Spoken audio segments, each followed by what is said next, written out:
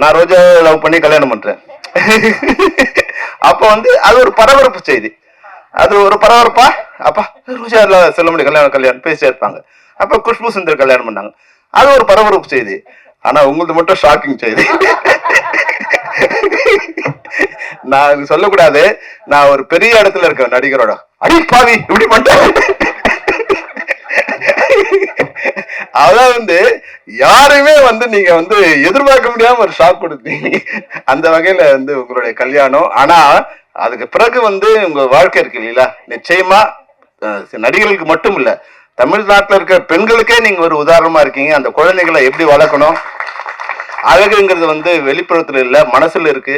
மரியாதைங்கிறது மனசுல இருக்கு. அந்த குடும்பத்தை அவ்வளவு அழகா நீங்க வந்து கொடுத்துட்டு கடவுள் வந்து உங்களுக்கு 2 அழகான பெண்களை கொடுத்துருக்காங்க, குழந்தைங்களை. உண்மையாவே வந்து நீங்க வந்து உங்க தம்பி பேசுறாரு, பேசும்போது அவர் உங்க மாதிரி தான் நான் பார்த்தேன். அவ்வளவு அவங்க அம்மா இருந்தா எப்படி ரசிப்பாங்களோ அப்படி ரசிச்சீங்க நீங்க, அவ்வளவு பெருமிதமாகவும். ஏன்னா உறவுங்கிறது அதுதான். அந்த உறவை வந்து இந்த சினிமா அவ்வளவு அழகா சொல்லிருக்கு. அது மாதிரி இந்த குழந்தைய நீங்க வந்து பேசும்போது அவங்க அம்மா முகத்துல அவ்வளவு ஆனந்தம், அவ்வளவு பெருமிதம், அப்படி வந்து ரசிக்கிறாங்க. தேங்க்யூ சொல்லு அப்படின்னு போது ரசிக்கிறாங்க. அதுதான் தமிழர் கலாச்சாரம். உற்பத்தி பண்றவங்க அந்த தன்னோட உற்பத்தி பொருளுக்கான விலையை நிர்ணயிக்க முடியாத 2 பேர் தமிழ்நாட்டுல. ஒருத்தன் விவசாயி, இன்னொருத்தன் திரைப்பட தயாரிப்பாளர். வந்தாதான் விலை சொல்லுவான். இவ்வளவு கஷ்டப்பட்டு நான் வந்து நாத்து நட்டேன், களை எடுத்தேன், தண்ணி பாய்ச்சினேன், அறுவடை பண்ணேன், கொண்டு வந்து சேர்க்கிறேன்னா அதுக்கான விலைய விவசாயி நிர்ணயம் பண்ண முடியாது.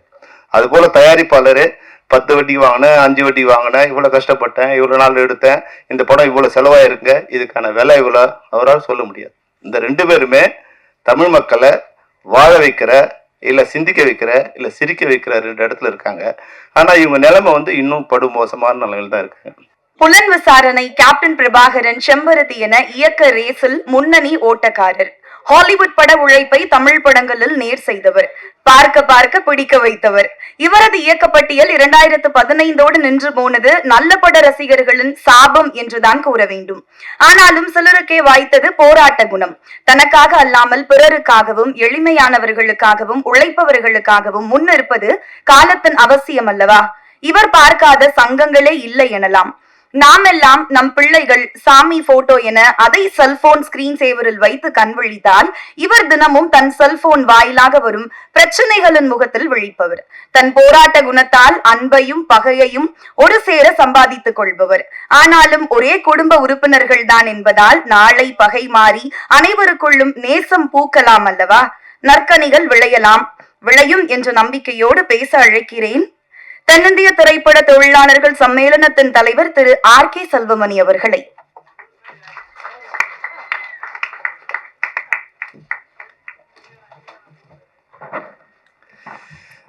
அனைவருக்கும் வணக்கம். தொகுப்பாளர் வந்து பேச ஆரம்பிக்கும் போது ஒரு குவிஸ் மாதிரி, என்ன இருக்குமா அவங்களுக்குமா எல்லாருக்கும் ஒரு டவுட் இருக்கு. ஆனா என்னை அழைக்கும் போது நான் எப்படி வெளிப்படையா இருக்கணும், அது மாதிரி என்னை அழைக்கும் போது என்னதான் கூப்பிடுறாங்கன்னு எல்லாரும் தெரிஞ்சிருச்சு. அந்த வகையில ரொம்ப நன்றி. உண்மையாவே இந்த மேடையில் இருக்கிற அனைவருக்கும் மாலை வணக்கம், இரவு வணக்கம். படம் ஆரம்பிக்கும் போது நான் படத்தை நான் எதுவும் பார்க்கவே இல்லை, இதை பத்தி எனக்கு ஒண்ணுமே தெரியாது. தேவானி ஃபோன் பண்ணாங்க, வந்து படம் பார்க்க கூப்பிடுறாங்க. பேரரசு என்னை இருந்து கூப்பிட்டு வந்தாரு. நான் அப்புறம் சொன்னேன், வேற யாரோ ராஜா வேற கூப்பிட்டாருன்னு. இல்லை சார், அதுவும் எல்லாம் ஒண்ணுதான் அப்படின்னாரு. ராஜாவா தான் எனக்கு தெரியும், இங்க வந்துதான் சிவா ஆறுமுகம்னு வேற பேர்ல படம் இருந்தது. உண்மையாவே இந்த படம் சாங் பார்க்க ஆரம்பிக்கும் போது ஒரு பிளசண்டா இருந்தது. ஒரே இறைச்சலமா இதுமா இருந்த படத்துல பார்க்க ஆரம்பிச்ச ஒரு 1வது நிமிஷத்துலயே அதுக்குள்ள வந்து ஆடியன்ஸை உள்ள எடுக்கிற மாதிரியான ஒரு ஷார்ட்ஸ் அவ்வளோ அழகா இருந்தது. உண்மையாக ஃபர்ஸ்ட் வாழ்த்து யாருக்கு சொல்லணும், கேமராமேனுக்கு தான் அந்த ஃபர்ஸ்ட் வாழ்த்து சொல்லணும். அவர் பியூட்டிஃபுல்லா பண்ணியிருந்தாங்க, ரொம்ப பியூட்டிஃபுல்லா பிளசண்டா கண்ணுக்கு இனிமையா இருந்தது. அப்புறம் அந்த இசை மெலோடியா ஒரு சாங்கு, இது மெலோடி மாதிரி இருக்கு அப்படின்னா அந்த ட்ரெய்லர் பார்க்கும்போது பியூட்டிஃபுல்லா வந்து அந்த ரீ ரெக்கார்டிங் வந்து இப்ப வந்த மியூசிக் டைரக்டர்ல மிகச்சிறந்த ரீ ரெக்கார்டிங் கொடுத்துருக்காரு வந்து நரேன். ரொம்ப சூப்பர் அழகா பண்ணிருக்காங்க. அப்புறம் நடிச்ச எல்லாருமே, படத்துல நடிச்ச ஹீரோ விஜய் அஜித் 2த்தையும் சேர்த்து விஜய்னு வச்சிருக்காரு நினைக்கிறேன். எனக்கு ஆனா அவர் பார்க்கும்போது கார்த்திகை பார்த்த மாதிரி இருந்தது. ஒரு பிளசண்டான ஒரு ஸ்மைல். நீங்க நிச்சயமா வந்து தமிழ் சினிமாவுக்கு நீங்க ஒரு நல்ல ஹீரோ வருவீங்க. நிச்சயம் இப்படியே நீங்க ஒரு அன்பாவும் பணிவாகவும் இருக்கணும். எவ்வளவு உயரத்துக்கு வந்தாலும் தேவயானி மாதிரி நீங்க வந்து 100வது படத்தை தொடர்ந்தாலும் வாசல்ல நின்று வரவேற்ற ஒரே ஹீரோயின் தேவயானி தான். அது மாதிரி நீங்க வரவேற்கலோட பரவாயில்ல வணக்கம் சொல்லணும். நீங்க 100வது படத்துல எங்களுக்கு வணக்கம் சொல்லணும். அவ்வளவு அழகா இருந்தது. அதுபோல ஹீரோயின் பேர் வந்து கண்மணி, அழகான தமிழ் பேர்ல. இப்ப ரொம்ப நாள் கழிச்சு ஒரு பேரு தமிழ் பேர்ல ஒரு கண்மணின்னு ஒரு ஹீரோயின் பார்த்தோம். ஒரு பிளசண்டான ஃபேஸா இருந்தது. இல்ல இந்த படம் நம்ம சொல்லுவோம் நல்ல படம் வரணும் நல்ல படம் வரணும்னு. ஆனா நல்ல படத்தை ஓட வச்சாதானே நல்ல படம் வரும். இப்ப இந்த படம் பார்த்தோம், நிச்சயமா வந்து ஒரு சமூகத்துக்கு என்ன மாதிரியான ஒரு படம் வேணுமோ அது மாதிரி ஒரு படம் பண்ணியிருக்காங்க. இந்த படத்தை ஓட வச்சாதான் நல்ல படத்தை அடுத்தவங்க எடுப்பாங்க. இல்லைன்னா வந்து வேற மாதிரியான படங்கள் தான் வராது. ஒரு கமர்ஷியல் அப்போ படம் எடுக்கிறவங்க திட்டி பிரயோஜனம் இல்லை. நல்ல படங்கள் வரும்போது அதை பார்க்க வைக்கிற இல்ல பார்க்குற ஆடியன்ஸ் இருந்தாதான். இப்ப சொன்னாங்க தேவயானி சொன்னாங்க, நீங்க வந்து ஒரு ஷோல எடுத்துட்டாங்கன்னா அது யுவராஜ் கையில இல்ல.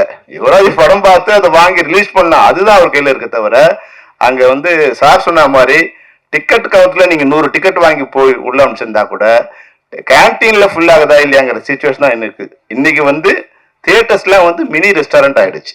ரெஸ்டாரண்ட்ல என்ன பிசினஸ் இருக்கு அந்த பிசினஸ்க்கு ஏற்ற மாதிரி தான் படம் ஓடுது. அப்போ அதுக்கேற்ற மாதிரியான படங்களை வந்து தயாரிக்க வேண்டிய சூழ்நிலை இன்னைக்கு திரைப்படத்துறைக்கு இருக்கு.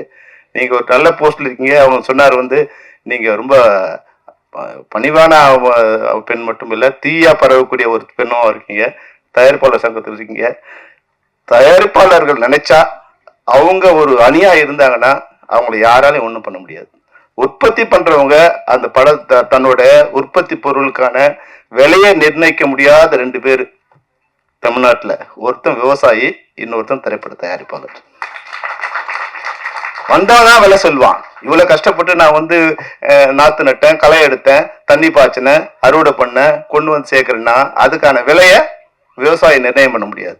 அது போல தயாரிப்பாளரு 10 வட்டிக்கு வாங்கினேன், 5 வட்டிக்கு வாங்கினேன், இவ்வளவு கஷ்டப்பட்டேன், இவ்வளவு நாள் எடுத்தேன், இந்த படம் இவ்வளவு செலவாயிருங்க, இதுக்கான விலை இவ்வளவு அவரால் சொல்ல முடியாது. இந்த 2 பேருமே தமிழ் மக்களை வாழ வைக்கிற இல்ல சிந்திக்க வைக்கிற இல்ல சிரிக்க வைக்கிற 2 இடத்துல இருக்காங்க. ஆனா இவங்க நிலைமை வந்து இன்னும் படு மோசமான நிலைமையில் தான் இருக்காங்க. இதை சரி பண்ணணும்னா உற்பத்தியாளர்கள் ஒன்றிணைந்து அது விலைய அந்த சக்தியை ஒரே சக்தியா நீங்க மாறினீங்கன்னா, தமிழ் குமரன் இங்க இருக்காங்க, எங்களை திட்டாதீங்க. என்ன உங்களுக்கு வந்து நான் நிறைய தடவை சொல்லியிருக்கேன், இந்த நீங்க நிர்வாகத்தில் இருக்கிறதால, இப்போ தேவானை எல்லாம் வந்து நிர்வாகத்தில் இருக்கிறதா சொல்றேன், நிர்வாகத்தில் இருக்கிறதால எங்களால ஏதாவது உதவி பண்ண முடிஞ்சா எங்களை கூப்பிட்டு சொல்லுங்க. இல்ல எங்க மேல தவறு இருந்தா எங்களை கூப்பிட்டு சொல்லுங்க. நிச்சயமா இந்த தமிழ் சினிமா நல்லா இருக்கணும்னு தான் நாங்க போராடுறோம். எங்களை காப்பாத்திக்கிறதுக்கு மட்டும் இல்ல, தமிழ் சினிமாவை காப்பாத்துறது பல வகையில நான் திரைப்பட தயாரிப்பாளர் சங்கத்துக்கு உதவியா இருந்திருக்கேன். நிச்சயமா இனிமே இருப்பேன். அதனால நீங்க எது சரி எது தவறு நீங்க முடிவு பண்ணி எங்களை கூப்பிட்டு நாங்க வந்து பேசுறோம். தவறா இருந்தா எப்பவும் திருத்திக்க தென்னிந்திய திரைப்பட தொழிலாளர் சம்மேளனம் தயாரா இருக்கு. அந்த வகையில இந்த படத்தை ஓட வைக்க வேண்டியது உங்க எல்லாருடைய பொறுப்பு. ஏன்னா உண்மையாவே வந்து அவ்வளவு அழகா அந்த படம் பார்க்கும்போது தேவயானி மேலாம் பார்க்கும்போது ஒரு பிளசண்டா வனிதா பேசும்போது சொன்னாங்க ஒரு ஆட்சி மாதிரி வர போறாங்க. நிச்சயமா நீங்க கடைசி வரைக்கும் நீங்க வந்து சினிமாவில் இருந்து நல்ல நிலை இருந்துட்டே இருப்பீங்க. ஏன்னா நீங்க எப்படின்னா ஒரு விஷயம் உங்களுக்கு சொல்லணும்னு நினைக்கிறேன். இப்போ தமிழ் சினிமாவில் வந்து இப்போ நான் ரோஜா லவ் பண்ணி கல்யாணம் பண்றேன். அப்போ வந்து அது ஒரு பரபரப்பு செய்தி, அது ஒரு பரபரப்பா அப்பா ரோஜா சொல்ல முடியும் கல்யாணம் பேசிட்டே இருப்பாங்க.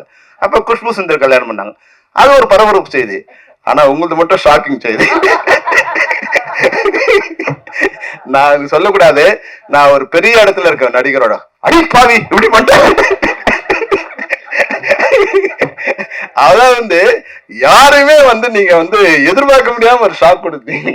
அந்த வகையில வந்து உங்களுடைய கல்யாணம். ஆனா அதுக்கு பிறகு வந்து உங்க வாழ்க்கை இருக்கு இல்லைங்களா, நிச்சயமா நடிகர்களுக்கு மட்டும் இல்ல தமிழ்நாட்டில் இருக்க பெண்களுக்கே நீங்க ஒரு உதாரணமா இருக்கீங்க. அந்த குழந்தைகளை எப்படி வளர்க்கணும், அழகுங்கிறது வந்து வெளிப்புறத்துல இல்ல மனசுல இருக்கு, மரியாதைங்கிறது மனசுல இருக்கு. அந்த குடும்பத்தை அவ்வளவு அழகா நீங்க வந்து கொடுத்துட்டு கடவுள் வந்து உங்களுக்கு 2 அழகான பெண்களையும் கொடுத்துருக்காங்க குழந்தைங்களை. உண்மையாவே வந்து நீங்க வந்து உங்க தம்பி பேசுறாரு, பேசும்போது அவர் உங்க மாதிரி தான் நான் பார்த்தேன்.